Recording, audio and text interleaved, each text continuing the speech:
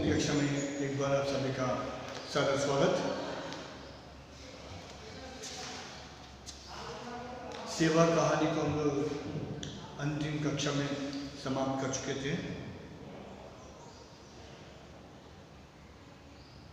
हम लोग आगे बढ़ेंगे पेज नंबर 102 स्वामी विवेकानंद।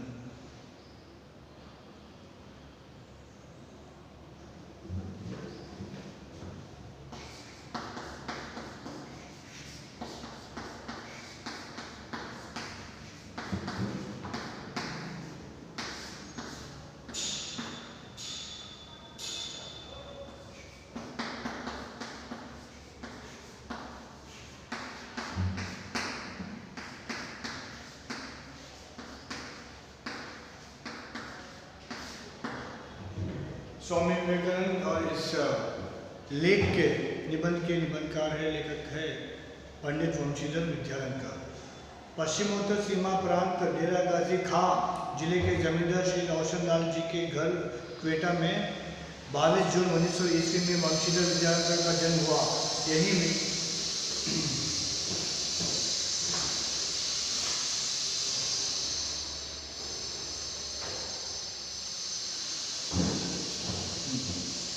22 जून 1900 ईस्वी में वंशीधर विद्यालंकर का जन्म हुआ। यही वंशीधर आगे चलकर हिंदी साहित्य के अनुभव रत्न वंशीधर विद्यालंकर बन गए। पिता की मृत्यु के उपरांत उनका पालन पोषण उनकी माँ दौलती बाई ने किया। उन्होंने वंशीधर जी को गुण संपन्न बनाया। सन 1920 में वंशीधर जी गुरुकुल कांग्रेस से स्नातक बने हैं। 1920 में ये गुरुकुल कांग्रेस से स्नातक बने हैं। स्नातक का अर्थ होता है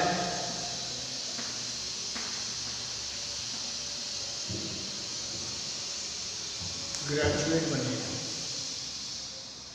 1920 में उन्होंने स्नातक परीक्षा में स्वर्ण पदक प्राप्त किया। गुरुकुल के छात्र जीवन में ही वे संस्कृत, हिंदी, उर्दू में कविताएं करते थे। इसके पश्चात 2 वर्ष तक उन्होंने पंजाब में उपदेशक का कार्य किया। इस कार्य में स्वामी श्रद्धानंद जी से उन्हें बड़ा ही प्रोत्साहन मिला। सन 1937 तक औरंगाबाद में प्राध्यापक के रूप में कार्यरत रहकर सन 1938 में 1938 में हैदराबाद आए। यहाँ अपने शहर में हैदराबाद आए। उस्मानिया विश्वविद्यालय में हिंदी विभाग का कोई पृथक अस्तित्व ही नहीं था। जब 1938 में जब वो हैदराबाद उस्मानिया विश्वविद्यालय में आए थे तो उस्मानिया विश्वविद्यालय में हिंदी विभाग के लिए कोई जगह नहीं थी और न ही कोई सेपरेट डिपार्टमेंट था। अतः संस्कृत विभाग में ही संस्कृत और हिंदी पढ़ाने के लिए वंशीधर जी की नियुक्ति हुई। तो 1938 में जब वो हैदराबाद उस्मानिया यूनिवर्सिटी में आए तो वहाँ पर हिंदी पढ़ाने के लिए अलग से प्रोविज़न नहीं था। तो संस्कृत डिपार्टमेंट में ही संस्कृत और उर्दू दोनों को पढ़ाने की जिम्मेदारी के लिए इनको अपॉइंट किया गया था to teach Hindi and as well as Sanskrit. किंतु उनकी हिंदी के प्रति रुचि सच्ची श्रद्धा के कारण सन 1949 में हिंदी विभाग ने स्वतंत्र रूप से काम करना आरंभ किया था। तो 1938 में आए लेकिन 1949 में जो है उस्मानिया विश्वविद्यालय में हिंदी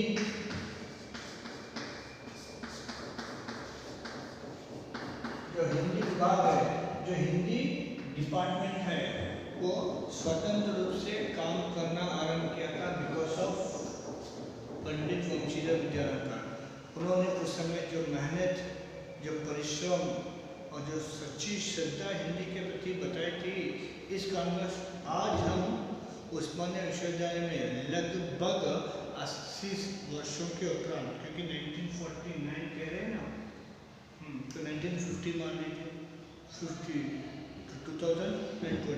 70 वर्षों के बाद हम लोग हिंदी का अध्ययन कर रहे हैं उस्मानिया विश्वविद्यालय के अंतर्गत। तो बिकॉज ऑफ पंडित वंशीधर विद्यालंकर, क्योंकि उन्होंने उस समय जो परिश्रम किया था विभाग के लिए, जो उन्होंने कार्य किया था, वो निस्संदेह प्रशंसनीय है। तो 1954 में 1954 1954 में वंशीधर जी के नेतृत्व में उस्मानिया विश्वविद्यालय की पीएचडी उपाधि के लिए हिंदी अनुसंधान विभाग खुला। इस प्रकार उस्मानिया विश्वविद्यालय में हिंदी विभाग का आरंभ करने से लेकर उसे पुष्पित पल्लवित करने तक अपनी योग्य सेवाएं अर्पित करते हुए 12 जुलाई 1955 को वंशीधर जी ने इस उत्तरदायित्व से अवकाश ग्रहण किया। सेवानिवृत्त होने के बाद भी उन्होंने 5 वर्षों तक हिंदी विभाग को अपनी सेवाएं दी। तो देखिए 1954 में उस्मानिया विश्वविद्यालय में जो है पीएचडी के लिए मतलब अनुसंधान करने के लिए, शोध कार्य करने के लिए एक अनुसंधान विभाग को भी खोला गया है। मतलब केवल उस्मानिया विश्वविद्यालय में केवल बच्चों को पढ़ाना नहीं बल्कि हिंदी से संबंधित या हिंदी विभाग में पढ़ने वाले जो छात्र हैं उनके लिए रिसर्च वर्क के लिए प्रोत्साहन देने के लिए रिसर्च डिपार्टमेंट भी खुला था। मतलब 1954 से जो है हिंदी में उस्मानिया विश्वविद्यालय में, माइंड उस्मानिया विश्वविद्यालय में हिंदी विभाग में शोध कार्य आरंभ हो गया था। हर एक डिपार्टमेंट का अलग अलग होता है और हर एक यूनिवर्सिटी का अलग अलग होता है। लेकिन उस्मानिया यूनिवर्सिटी में 1954 से पहले हिंदी में किसी ने भी पीएचडी नहीं की है। उस्मानिया यूनिवर्सिटी में 54 के बाद ही पीएचडी अवार्ड हुए हैं। उसको कहते हैं ना डॉक्टर, यस डॉक्टरेट की डिग्री कहते हैं ना। सो 1954 में ये अनुसंधान विभाग खुला है और 1955 22 जुलाई को वंशीधर विद्यालय का रिटायर्ड हुए हैं, मरे नहीं रिटायर्ड हुए हैं। और 55 में रिटायर होने के बाद 1960 तक 1955 to 1960 तक ये जो है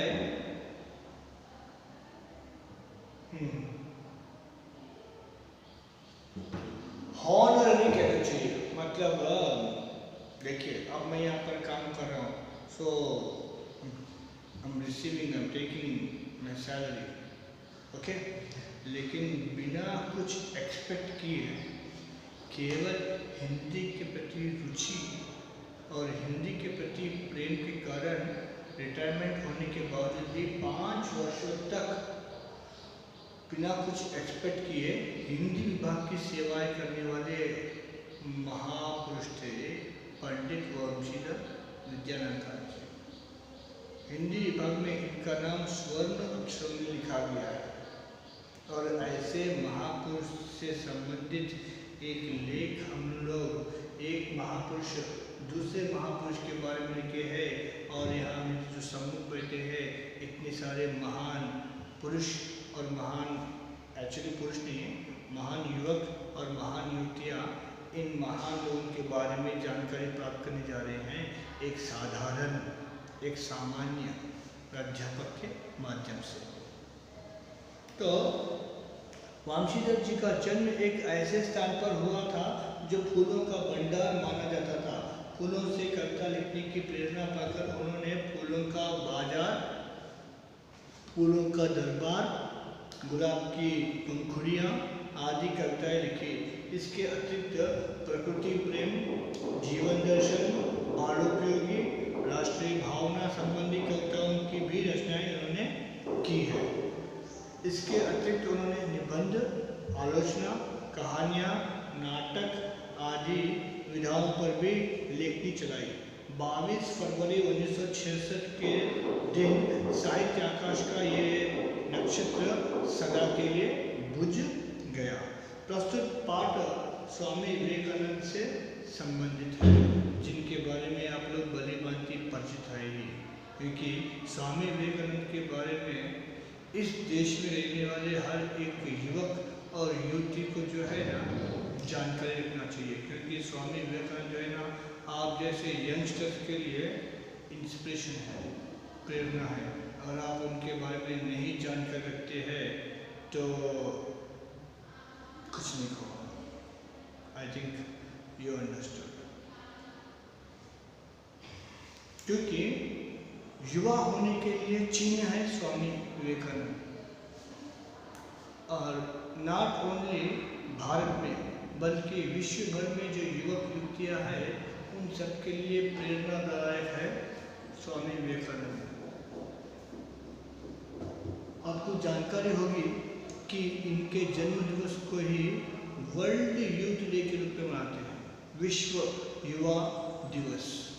हम लोग पता नहीं माँ का दिन, पिता का दिन मनाने वाले बहुत सारे हैं ना, मदर्स डे, फादर्स डे, नहीं पता उससे क्या मिलता है नहीं पता, मैं उसके बारे में I don't want to put any comment. लेकिन यहाँ पर स्वामी जी का जो बर्थडे है उसको विश्व भर के लोग युवा दिवस के रूप में मनाते हैं। स्वामी विवेकानंद उन महान भारतीयों में अग्रणी थे जिन्होंने भारतवर्ष और उसकी सभ्यता और संस्कृति की महानता को न केवल स्वयं अनुभव किया अपितु यूरोप और अमेरिका को उस समय अनुभव कराया, जबकि वे भारतवर्ष के संबंध में जो कुछ जानते थे वह उन्हें भारतवर्ष के लोगों के द्वारा नहीं, विदेशी लोगों के द्वारा ज्ञान कराया गया था। स्वामी विवेकानंद एक भारतीय सन्यासी की वेशभूषा में अमेरिका और यूरोप गए और उन्होंने वहाँ भारतीय सभ्यता और संस्कृति के संबंध में जो व्याख्यान दिए उनसे वहाँ की शिक्षित जनता ने भारतवर्ष और उसकी संस्कृति के गौरव को अनुभव किया। उस समय जो भी व्यक्ति यूरोप और अमेरिका जाते थे वे यूरोप और अमेरिका से शिक्षा प्राप्त करने के लिए जाते थे और वहाँ जाकर वे पाश्चात्य सभ्यता के रंग में रंग जाते थे। वहाँ वे अपने देश की सभ्यता और संस्कृति से सर्वथा मतलब हमेशा अनभिज्ञ थे, अननोन थे। स्वामी विवेकानंद ने धर्मों की पार्लियामेंट में जिसका अधिवेशन शिकागो में हुआ था, जो व्याख्यान दिए थे उनके संबंध में न्यूयॉर्क हेराल्ड ने लिखा था, स्वामी विवेकानंद निस्संदेह धर्मों की पार्लियामेंट में उपस्थित हुए व्यक्तियों में सबसे महान थे। उनके व्याख्यान सुनने के पश्चात हम इस बात को अनुभव करते हैं कि ऐसे शिक्षित राष्ट्र में ईसाई मिशनरियों को भेजना कितना मूर्खतापूर्ण कार्य है। उनके व्याख्यानों का इतना गहरा प्रभाव पड़ा कि वहाँ के अनेक व्यक्ति स्वामी विवेकानंद के शिष्य बन गए और वे भारतीय संस्कृति के रंग में रंग गए। उनमें श्रीयुत सैंडर्सबर्ग, स्वामी कृपानंद और मिस मार्गरेट नोबल, जिसको हम लोग आज भी प्यार से सिस्टर निवेदिता का नाम से जानते हैं, जिस नाम से वे इस विश्व भर में प्रसिद्धि पाई है, सिस्टर निवेदिता। एक्चुअली उनका नाम है मिस मार्गरेट नोबल। तो यहाँ पर स्वामी विवेकानंद उन महान भारतीयों में है जिनका नाम बहुत ही आदर गौरव के साथ फर्स्ट प्रायोरिटी या फर्स्ट कैटेगरी के लिस्ट में जिनका नाम हम लोग लेते हैं, क्योंकि भारत के महान लोगों में स्वामी जी का नाम टॉप सूची में है।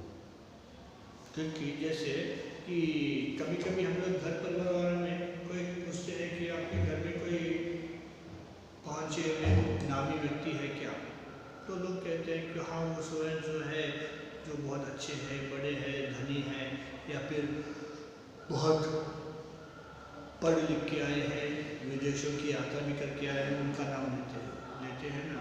तो ठीक इसी तरह यहाँ पर जब भारत की महानता के बारे में, भारत के सभ्यता के बारे में, भारत की विरासत के बारे में, भारत की संस्कृति के बारे में जब कोई प्रश्न उठाता है तो ऐसे महामहिम लोगों का उदाहरण लिया जाता है और ऐसे लोगों में इनका नाम आदर सम्मान के साथ पहले सूची में लिया जाता है। जैसे कि कोई पैट्रियट है, कोई देशभक्त है, तो मैं झट से नाम लेता हूँ भगत सिंह, सुभाष चंद्र बोस, बाल गंगाधर तिलक, चंद्रशेखर आज़ाद।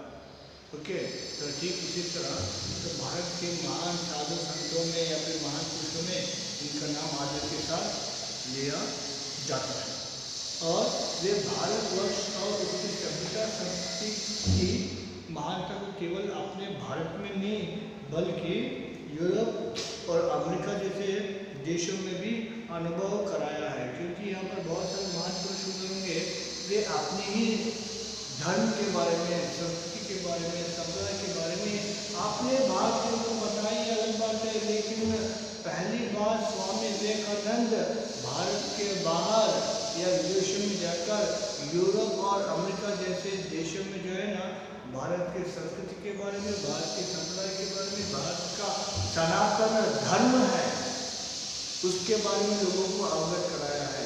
मतलब यहाँ पर तो हम लोग अपने डंका तो पीती जा रहे हैं, ये अलग बात है, लेकिन विदेशों में जाकर अपने धर्म का प्रचार प्रसार करना, उस ज़माने में जिस ज़माने में ट्रांसपोर्ट फैसिलिटी भी ठीक से नहीं था, ऐसे समय में जाकर भारत के बारे में गुणगान करना और लोगों की ओर से प्रशंसा प्राप्त करना और विदेशों में भी लोग उनको मानना और बहुत सारे उनके फॉलोअर्स भी होना, इट्स नॉट टू ईजी।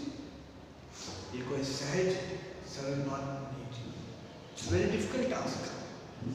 तो उन्होंने इतना बड़ा महान कार्य किया था कि विदेशों में भी भारत को, क्योंकि उनसे पहले भारत को कोई जानता भी नहीं था कि भारत के कोई देश भी है, क्या वहाँ पर कल्चर है, क्या वहाँ पर लोग पढ़े लिखे हैं, नहीं। क्योंकि हम लोग जो है इतना जानते हैं कि भारतवर्ष और उसकी संस्कृति गौरव को अनुभव करा है तो केवल स्वामी जी ने। और हम लोग केवल उस समय जो भी व्यक्ति यूरोप या अमेरिका जाता था तो केवल वहाँ पर पढ़ने के लिए जाता था, और पढ़ते पढ़ते बहुत से लोग उस विदेशी सभ्यता, विदेशी संस्कृति में ही अपने आप को रंग देते थे। मतलब they used to be settle there itself, फिर वापस नहीं आते थे। और बहुत सारे ऐसे हैं, और आज भी ऐसे ही है ना, कि आपका बेटा कहाँ है? मेरा बेटा वो कनाडा में है, न्यूयॉर्क में है, नीदरलैंड में है, स्विट्जरलैंड में है, पता नहीं। अरे कितने भी लैंड जाओ, मदरलैंड इज इम्पोर्टेंट, जहाँ पर हम पैदा हुए हैं और जिसका नाम है भारत। देखिए नाम में ही कितना वजन है, भारत।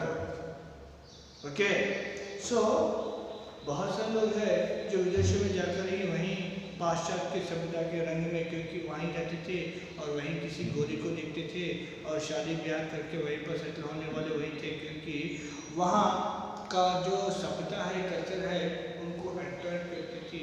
या फिर ये भी हो सकता है कि वे लोग अपने सभ्यता संस्कृति के बारे में ठीक से जानकारी न रखते हो, ऐसा भी हो सकता है। क्योंकि कोई ठीक से कहने वाला, ढंग से समझाने वाला नहीं मिला है तो कौन क्या कर सकता है। जैसे कि घर में, मेरे घर में बहुत सारे इंग्रेडिएंट्स हैं भोजन पकाने के लिए, लेकिन पकाने का ढंग भी तो आना चाहिए ना। अगर मेरी माँ है या फिर मेरे घर के परिवार के कोई सदस्य है जिनको ठीक से भोजन पकाना आता है तो वो पकाएंगे। अगर मैं जाकर खुद पकाऊंगा, सेम इंग्रेडिएंट्स है, सेम वेजिटेबल्स है, सारे मसाले सब वही है, मिर्च मसाला नमक सब वही है, लेकिन मैं बनाऊंगा तो घटिया बनेंगे। वो बनाएंगे तो ढंग से बनाएंगे, स्वादिष्ट भोजन बनाएंगे। क्यों? क्योंकि they know how to cook but I don't know. इसी प्रकार कुछ लोग वहाँ जाकर सेटल हुए हैं तो मैं उनको ब्लेम नहीं कर रहा हूँ, मैं इसलिए कह रहा हूँ कि शायद उनको हमारे धर्म के बारे में, हमारे देश के बारे में ठीक से जानकारी नहीं होगी।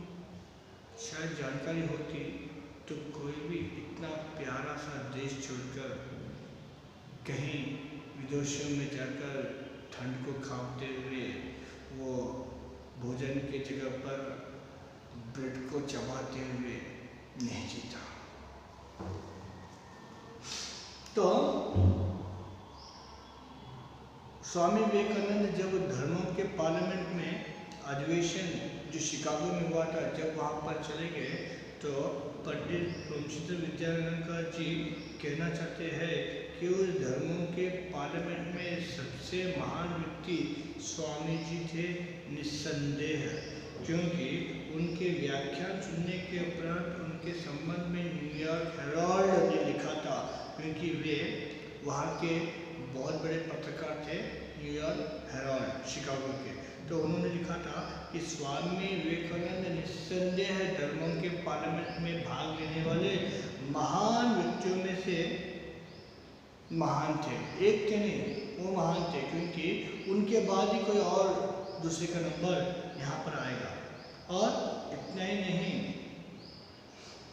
कि वे उनके व्याख्यान सुनने के बाद बहुत सारे लोगों ने अनुभव किया है और स्वयं न्यूयॉर्क हेराल्ड ने लिखा है कि ऐसे शिक्षित राष्ट्र में ईसाई मिशनरों को, क्योंकि उस ज़माने में 18th सेंचुरी या 19th सेंचुरी के आसपास, आफ्टर 1850 या 19th सेंचुरी के बीच में जो वो समय जो था, उस समय पाश्चात्य देशों के जो ईसाई मिशनरी जो थे, विश्व के दूसरे छोटे मोटे देशों में ईसाई मिशनरियों को भेजते थे और वहाँ पर धर्म नहीं है ये कहकर वो अपना धर्म का प्रचार प्रसार करते थे और वहाँ पर लोगों को अपने धर्म में जो है कन्वर्ट किया करते थे। 18th सेंचुरी की बात मैं कह रहा हूँ, जब स्वामी जी थे। तो ऐसे देश में ईसाई मिशनरियों को भेजना मूर्खतापूर्ण कार्य है कहकर न्यूयॉर्क हेराल्ड ने खुलेआम कहा था, ओपनली। और क्योंकि जहाँ पर धर्म, जहाँ पर संस्कृति, जहाँ पर संप्रदाय का बहुत पहले से विकास हुआ था, वहाँ पर ईसाई मिशनरियों को भेजना मूर्खतापूर्ण कार्य से कुछ भी कम नहीं था। ओके। और इतने नहीं, जब शिकागो में सर्वधर्म सम्मेलन, मतलब सभी धर्मों का पार्लियामेंट जब हुआ था, तो वहाँ पर बहुत सारे लोग स्वामी जी की व्याख्यानों को सुनकर प्रभावित हुए थे। और इतना नहीं, वहाँ के बहुत सारे पाश्चात्य उसी समय स्वामी जी के शिष्य बन गए थे और वे अपने आप को बदल लिए थे, अपने नामों को भी। जैसे कि यहाँ पर सैंडर्सबर्ग है, सैंडर्सबर्ग बिकम स्वामी कृपानंद, और Mrs Margaret Noble, she is become sister Nivedita. आज भी हम लोग हमारे देश में सिस्टर निवेदिता के नाम से बहुत सारे एजुकेशनल इंस्टीट्यूशंस या हॉस्पिटल, नर्सिंग होम्स और still going on in running condition, क्योंकि उन्होंने यहाँ आकर भारत में बहुत सारे सेवाएं दी है। स्वामी विवेकानंद का जन्म 12 जनवरी 1962 1962 में बंगाल में हुआ था। 1962 में 12 जनवरी के दिन स्वामी विवेकानंद का जन्म हुआ था। एक्चुअली उनका नाम रखा गया था नरेंद्र नाथ। ये थोड़ा याद रखिए, कल इंटरनल में प्रश्न आएगा कि स्वामी जी का वास्तविक नाम क्या है। आप अपना नाम मत लिखिए, उनका नाम था जब वो बचपन में जन्म लिए थे, मतलब जब जन्म लिए थे, बचपन में जन्म लिए, मतलब कुछ और मत माने कि हर कोई बचपन में ही जन्म लेता है, बुढ़ापे में, जवानी में जन्म नहीं लेता। तो जब वो जन्म लिए थे तो उनके माता पिता ने उनका नाम रखा था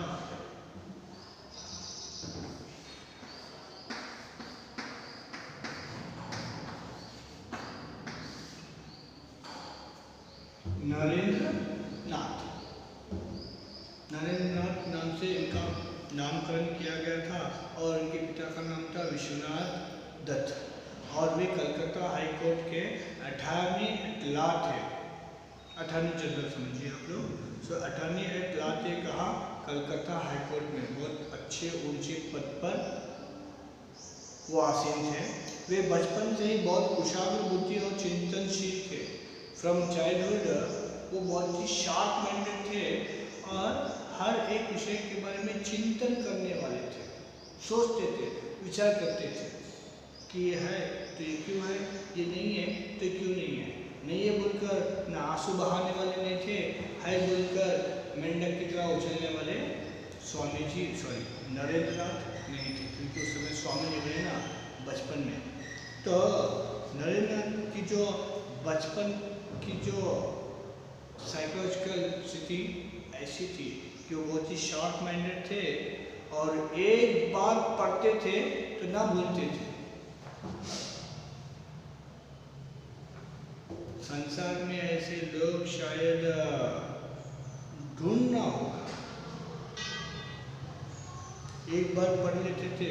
अब कुछ समय पहले एक मूवी आई थी कि एक रोबो जो है, हाँ मूवी का नाम ही रोबो है ना, तो वो यूं करता था स्कैन और हो गया है। अब ये रोबो कब तक काम करता है? जब तक उसके यहाँ इच्छुक होता है, लेकिन स्वामी जी जब एक बार पढ़ते थे तो उसको न भूलते थे। इतनी स्मरण शक्ति उनके पास थी, ग्रास्पिंग पावर इतना स्ट्रॉन्ग था। एक्चुअली हर मनुष्य के भीतर बहुत सारे विषय होते हैं, बहुत सारी शक्तियाँ होती है, लेकिन हर कोई उन शक्तियों का ठीक से सदुपयोग नहीं करता है। जब इंसान उसका ठीक से प्रयोग करना आरंभ कर देगा तो चमत्कार कर सकता है। तो इनका जन्म हुआ था 1962 पश्चिम बंगाल में जनवरी 12 के दिन, और उनका नाम रखा गया था नरेंद्रनाथ। और इनके जो पिताजी जो थे वे विश्वनाथ दत्त थे, तो जो कलकत्ता हाई कोर्ट के अटॉर्नी एट लॉ थे। और इतना ही नरेंद्रनाथ बचपन से ही बहुत ही कुशाग्र बुद्धि और चिंतनशील थे। फिलॉसफी उनका प्रिय विषय था, फिलॉसफी।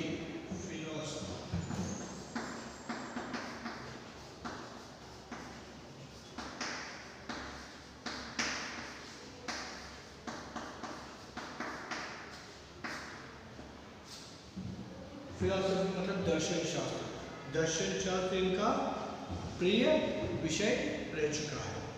और इतना ही नहीं, उन्होंने फिलॉसफी इनका प्रिय विषय था।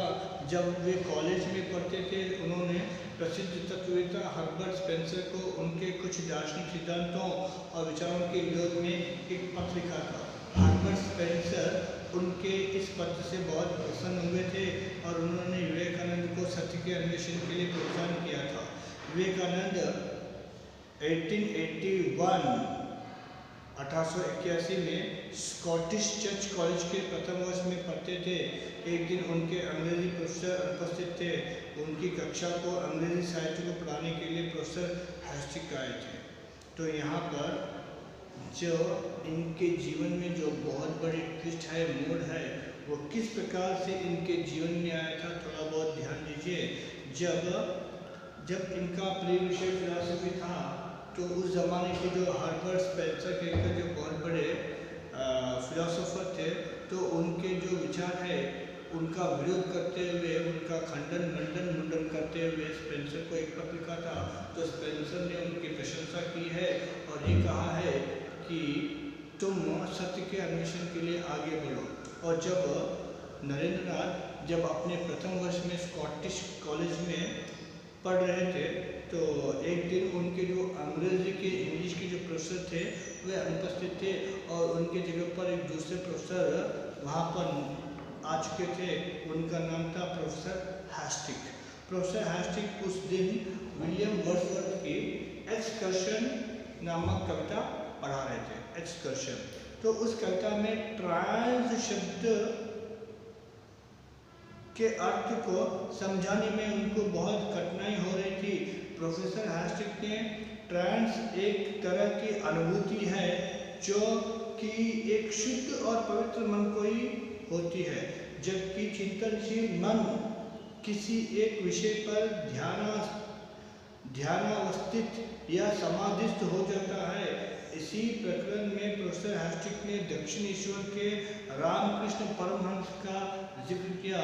उन्होंने उनके संबंध में कहा कि वे ही एक ऐसे व्यक्ति हैं जिनको उन्होंने उस अवस्था में या समाधि की अवस्था में देखा है।